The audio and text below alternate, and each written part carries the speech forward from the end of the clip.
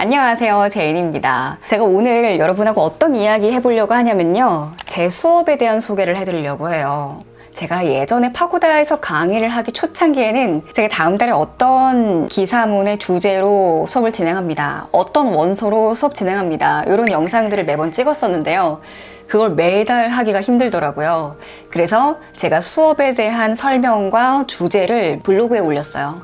지금은 계속 블로그에 올리고 있다가 또 오랜만에 제가 이제 강의를 하는지 모르는 분도 계실 것 같고 또 조금 색다르게 이렇게 영상으로 촬영해 봅니다. 오늘은 3월 30일, 그러니까 3월 한 달의 말일이죠. 제가 보통 이 시점에는 다음 달 어떤 내용의 어떤 콘텐츠로 진행을 할지를 픽스를 하는 시점이에요. 그래야 이제 4월 개강을 하면 학생들에게 배부를 해줄 수 있으니까요. 자, 먼저 제 수업의 난이도는 HSK 5급 정도를 내가 준비할 수 있다 라고 하면은 저는 제 수업 강력하게 추천해 드려요. 제가 파고다에서 진행하고 있는 수업은 크게 두 가지예요. 첫 번째는 CCTV 기사문 뉴스 수업입니다. 뉴스로 중국어를 배우는 거죠. 그리고 두 번째는 원서 수업이에요. 이것은 원서로서 중국어를 배우는 거죠. 그래서 이 두 가지를 하고 있고요. 오늘은 첫 번째 수업에 관한 내용을 더 많이 이야기를 해드리려고 해요. 두 번째 수업에 관한 이야기는 제가 또 다음에 영상으로서 풀어보도록 할게요.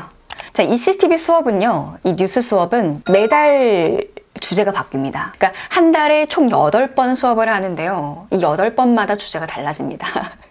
네, 제가 이제 정확히 얘기하면은 7개의 주제의 기사문으로 배우고요. 마지막 수업에는 최종 정리, 복습을 진행을 해요.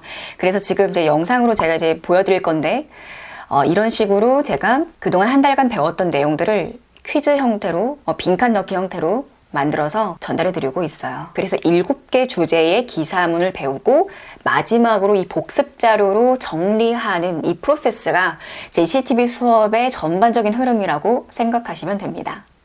자, 그러면은 제가 이 7개의 주제는 어떤 기준으로 기사문을 선정을 하는지를 좀 설명해 드리도록 할게요. 기사문을 고를 때는 총 4가지 기준을 봐요. 첫 번째는 뭐냐면, 기사다 보니까, 뉴스다 보니까 최신 트렌드가 반영이 되어야 돼요. 그래서 트렌드가 반영된 기사인지가 제일 중요합니다. 그래서 뉴스를 틀으면, 혹은 인터넷 뉴스를 보면은 중국에 대해서 나오는 그런 이슈들을 배울 수 있다, 이렇게 생각하면 됩니다. 그래서 제가 생각했을 때 제 수업은 아무래도 최신 이슈를 제일 먼저 학습할 수 있는 수업이지 않을까, 이렇게 자부해 봅니다. 그래서 다른 말로 이거를 배우시는 여러분은 최신 이슈의 중국어를 제일 먼저 공부하실 수 있는 겁니다. 저는 이거에 되게 자신이 있는 게, 제가 이 기사를 저는 늘상 보는 걸 좋아하고요. 그리고 이게 제 중국어 공부에 엄청 자극을 주고 동기를 줬던 컨텐츠예요. 사실 이거를 당장 배워가지고 당장 회화로 써먹기는 어려울 수 있겠죠. 그런데 이게 제가 앞으로 중국어를 공부해 나가는데 뭔가의 자신감을 좀 심어줬거든요. 그러니까 이 기사를 배우면 뭔가 내가 있어 보여요. 뭔가 배운 것 같고 되게 지식이 방대해지는 것 같고 견문이 넓어지는 것 같고 그렇단 말이에요. 그런데 이러한 느낌이 제가 중국어를 어떤 방식으로 공부하든 되게 큰 힘이 되어졌어요. 그래서 또 기폭제가 되어졌다, 촉매제가 되어졌다 라고 얘기를 할 수 있겠네요. Anyway, 최신 트렌드가 반영된 기사인지를 제일 먼저 봅니다. 자, 그리고 두 번째는 중국의 정치, 경제, 사회, 문화, 산업, 테크 분야의 거시적인 흐름을 파악할 수 있는 기사인지를 봐요. 그래서 이 한 지문만으로 이 분야의 거시적인 흐름이 어느 정도 보인다, 혹은 이 한 달의 수업으로 중국의 여러 방면에서의 거시적인 흐름이 보인다라는 그런 기사문을 가져와요. 그래서 이런 것들에 대해서도 여러분한테 스토리텔링도 해드리고 최대한 해드리려고 노력을 많이 하고요. 제가 스스로 공부도 많이 하고 있습니다. 자, 그리고 세 번째는 공신력이 있는 언론사에서 쓴 기사인지를 봐요. 이게 왜 그러냐면 기사문이 양질이어야 돼요. 고기를 볼 때 소고기 마블링을 보듯, 삼겹살을 볼 때 때깔을 보듯, 선홍색의 빛깔을 보듯 기사문 역시도 질이 좋아야 돼요. 그래야 이게 학습 콘텐츠로서 쓰기 좋거든요. 그래서 세 번째는 양질의 기사인지를 본다는 거고요. 네 번째는 재미를 봅니다. 재밌는 기사인지. 이게 그 재미가 막 뻔히 이건 아닐지라도, 예를 들면 이번에 삼성 이재용 회장이 중국에 방문했다. 방중을 해서 시진핑 주석도 만나고 BYD 본사도 방문하고, 그리고 또 샤오미 샤오미 레이쥔 회장도 만나고 이런 내용을 내가 알고 있었는데, 예를 들면 알고 있었는데 중국어 기사로 본다. 그러면 되게 재밌거든요. 그리고 또 뭐 폭삭 속았수다. 되게 나 재밌게 봤는데 뭐 눈물 흘리면서 봤는데 중국에서도 인기래. 폭삭 속았수다는 중국어로 뭐라고 할까? 이렇게 얘기를 하네. 이런 거 보면 재밌단 말이에요.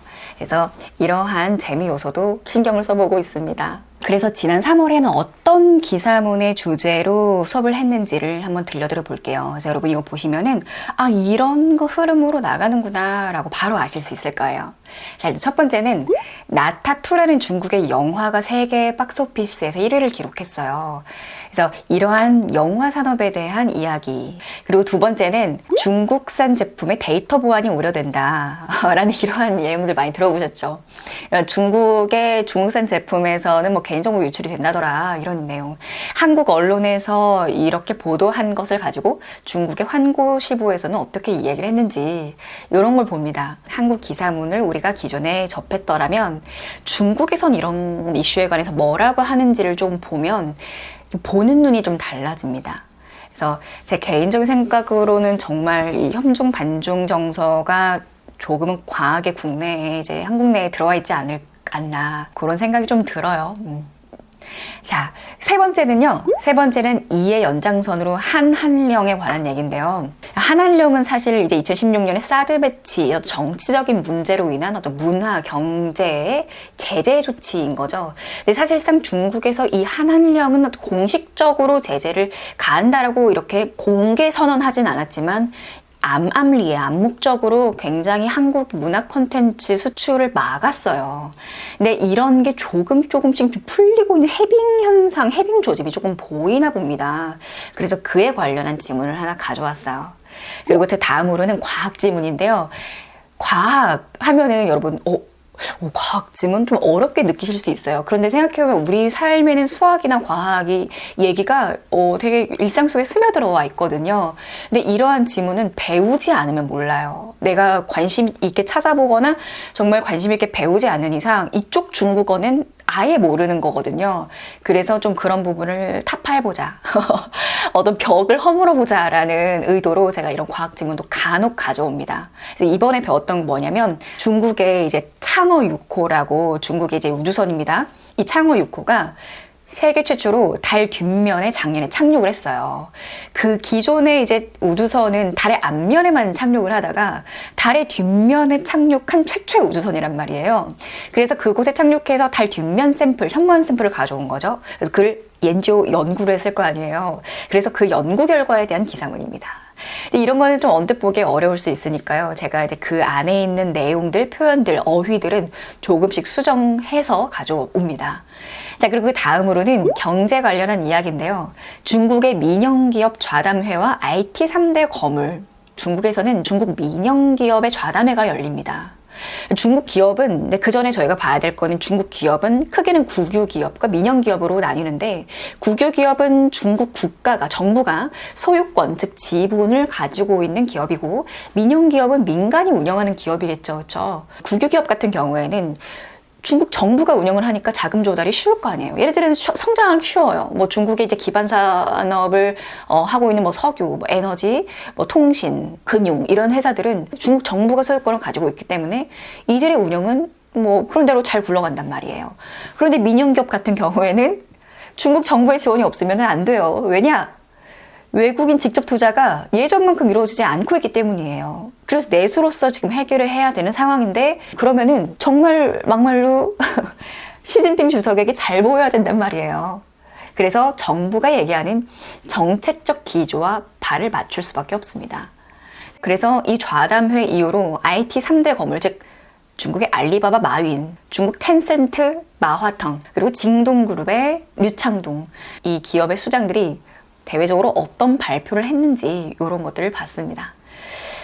그리고 그 다음으로는 중국의 로봇 산업이에요. 휴머노이드 로봇입니다. 휴머노이드 로봇, 그러니까 사람의 형태를 한 로봇을 얘기를 하는 거죠, 그렇죠?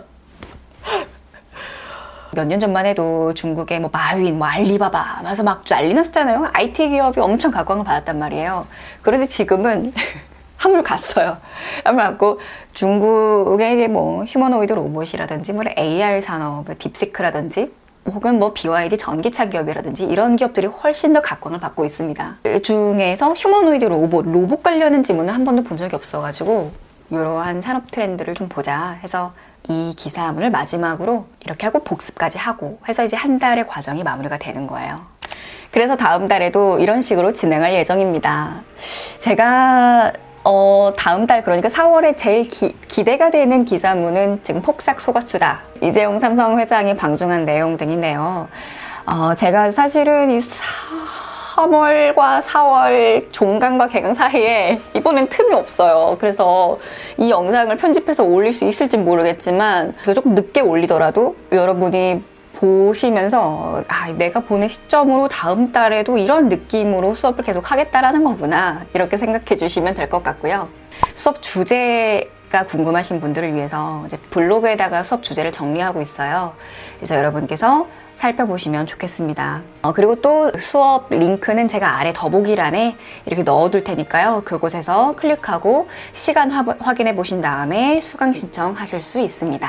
그래서 고민하시는 분이 계시다면 고민하지 마시고 한번 들어와서 일단 수강해 보시길 바라요. 수업에 관해서는 늘 고민하고 발전하겠습니다. 여러분 그럼 수업을 통해서 만나요. 이상 방중이었습니다. 감사합니다. 再见.